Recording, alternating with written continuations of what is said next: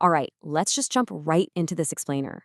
Today, we're unpacking the hidden psychological systems that are literally designed to make us spend without thinking. We all like to believe credit cards are just, simple tools for earning some cash back or building up a credit score. But the reality? Well, most people actually don't use credit cards. Credit cards use them. Picture this. You walk into a store, you see something you want, maybe it's a new phone, some fresh sneakers, or honestly, just a few random impulse buys at the register. You pull out your card. Swipe. Done. There's zero hesitation and absolutely no physical pain. It almost feels too easy, right? But fast forward 30 days. That bill hits your inbox and suddenly that super easy decision, yeah, it feels incredibly heavy.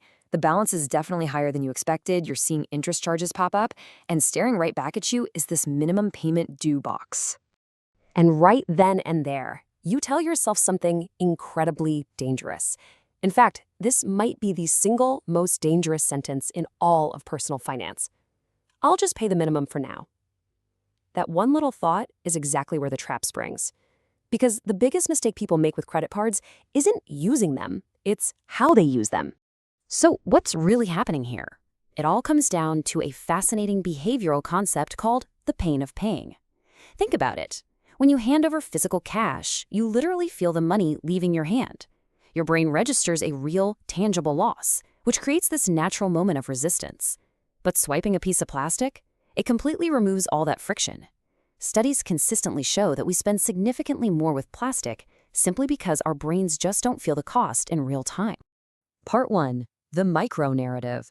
Let's meet Alex. To really see how this plays out in the real world, let's look at Alex. Alex is totally responsible. He has a $5,000 limit and promises himself he'll only use it when strictly necessary. Okay, week 1, it's just groceries and gas. Not bad. Week 2, a limited time 20% off deal catches his eye. Week 3 brings another deal, another swipe. He genuinely thinks he's making smart money-saving decisions, completely blind to how fast it's all stacking up. By the time the statement finally drops at the end of the month, those small, totally frictionless swipes have quietly snowballed. What started as basic necessities and a few quote-unquote innocent discounts has blossomed into a very real, very heavy $1,200 chunk of debt. But hey, the statement offers a little lifeline, right? A minimum payment of just $40. Alex looks at it and thinks, okay, $40? I can do that. That's totally manageable. I'm staying on track. He pays it, feels responsible, and just goes about his life. But here is the absolute crucial reality. That minimum payment is a total trap masquerading as flexibility. It is honestly one of the most misunderstood mechanisms in all of consumer debt. Sure, it looks incredibly helpful on the surface, but it is fundamentally engineered from the ground up to keep you on the hook for as long as humanly possible.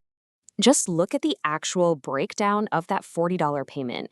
If Alex owes $1,200 at a pretty standard 20% interest rate, the vast majority of his payment, like around 75% of it, is going straight into feeding the interest engine. He is barely even touching the actual debt. Month after month, he diligently makes that payment, but the balance barely shrinks.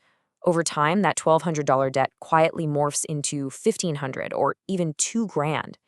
It is literally like trying to empty a giant bathtub with a tiny teacup while the faucet is still running full blast. The longer he stays in this cycle, the worse the math works against him. And you know what the scariest part is? How completely normal it feels. Psychologically, the credit card shifts your ultimate goal from actually eliminating your debt to merely managing it. It creates this wildly dangerous illusion of control. Instead of thinking, wow, I really need to pay this off, your brain just shifts to, I just need to keep up with the monthly payments. Every single swipe just becomes this quiet little promise that your future self is somehow going to pay for today's impulsive decisions. Moving on to part 2, the psychology of the trap. Now, you might be sitting there thinking, well, I don't go out buying massive luxury items, so this definitely isn't me.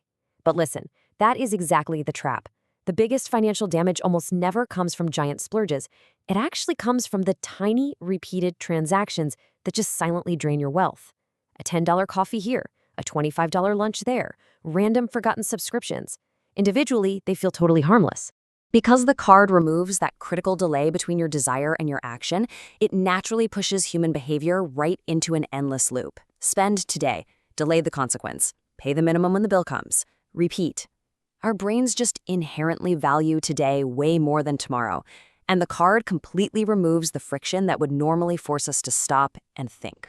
Credit cards basically intentionally push you toward debt thinking by breaking costs down into tiny, digestible pieces. When you ask yourself, how much is this per month? Well, everything looks affordable. But wealth thinking completely flips the script. It forces you to ask, wait, how much is this actually costing me in total over time?